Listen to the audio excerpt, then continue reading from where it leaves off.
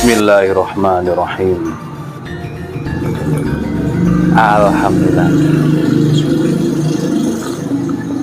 Alhamdulillah, mantap. Alhamdulillah. Halo, assalamualaikum warahmatullahi wabarakatuh. Alhamdulillah, sahabat-sahabatku, sahabat-sahabat GSN dimanapun Anda sedang berbahagia. Hari ini Selasa tanggal 7 Desember 2021. Mendung, cuacanya mendung. Habis olahraga, sarapan, ngopi, alhamdulillah. Masih di gubuk yang berantakan penuh dengan peralatan sembelihan. Di sini kita akan mereview satu buah pisau sembelih.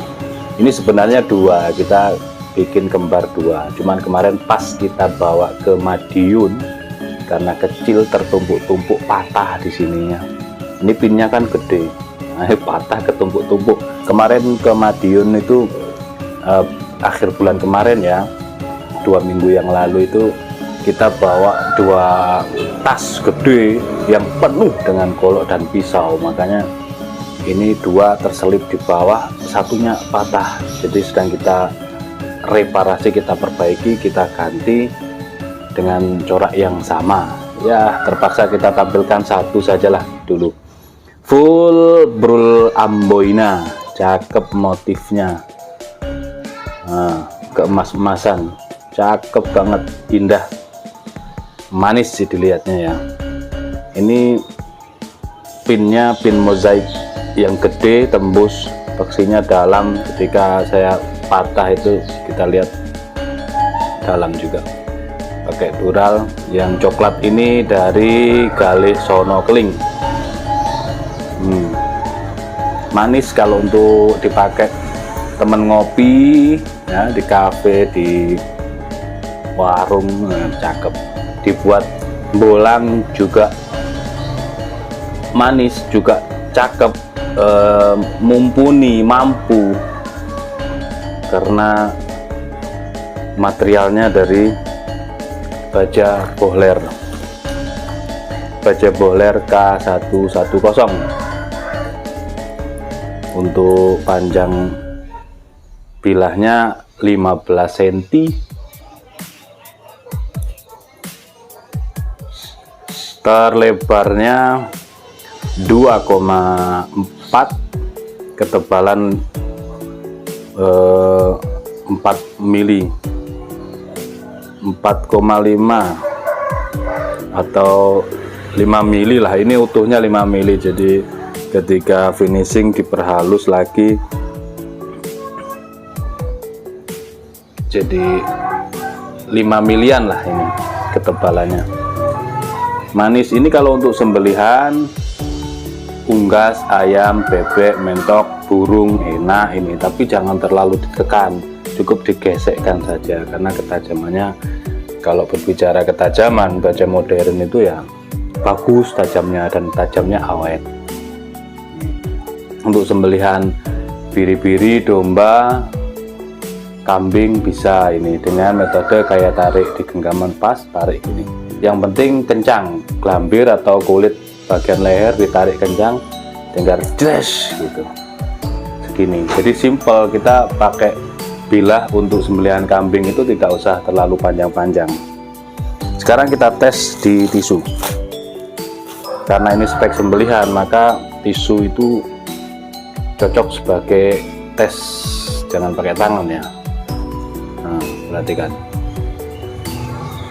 halus lembut.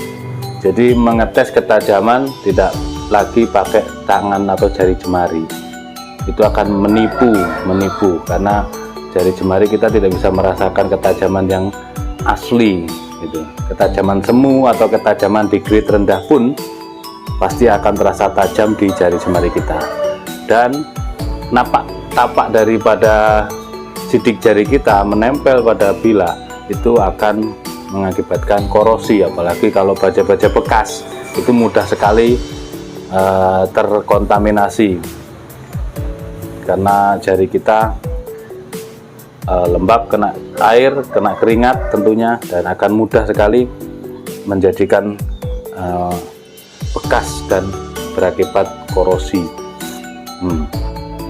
Cukup dengan tisu. Selanjutnya coba dengan kertas. Ini berarti kan tajam kalau seperti ini. Ini kertas lembab, dikelok-kelokkan gitu kan, gitu. Seperti itu. Cara mengetesnya. Atau bisa juga dengan kresek, cari kresek diteskan, tapi dengan kresek itu nanti pasti ketajamannya akan berkurang, maka solusinya di setroping itu. Kalau di kresek itu sudah tajam, insya Allah dipakai sembelihan cukup mampu.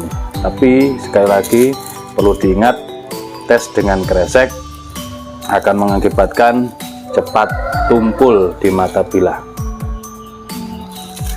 jadi harus disetroping lagi. Nah, seperti ini.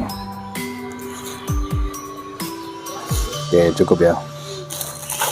Kita coba lagi di tisu. Kurang halus dia, berindil. Seperti itulah. Jadi kresek itu mengakibatkan berkurang ketajaman. Maka para praktisi sembelihan selalu merekomendasikan atau memberikan contoh standar tes ketajaman itu dengan kertas HVS. Kalau pakai kertas HVS, apalagi kertas baru tidak lembab, itu aman, tidak ada efek samping bertumpulnya mata bilah. Tumpulnya itu tumpul semu ya. Kita coba lagi dengan tisu yang sama, yang sini tadi berindil ya bekasnya. Setelah kita stroping dengan varian domba, halus kembali. Nah itulah, ini halus, hasil slisnya itu halus. Oke, seperti ini. Nah ini bohler dengan ketebalan 5 mili, panjangnya 15 cm, layak untuk dipakai sembelihan. Pakai pin mozaik, mantap. Seperti itu ya. Jadi hindari mengetes bilah dengan jari. Cari kertas ketika ingin mengetes bilah, cari kertas.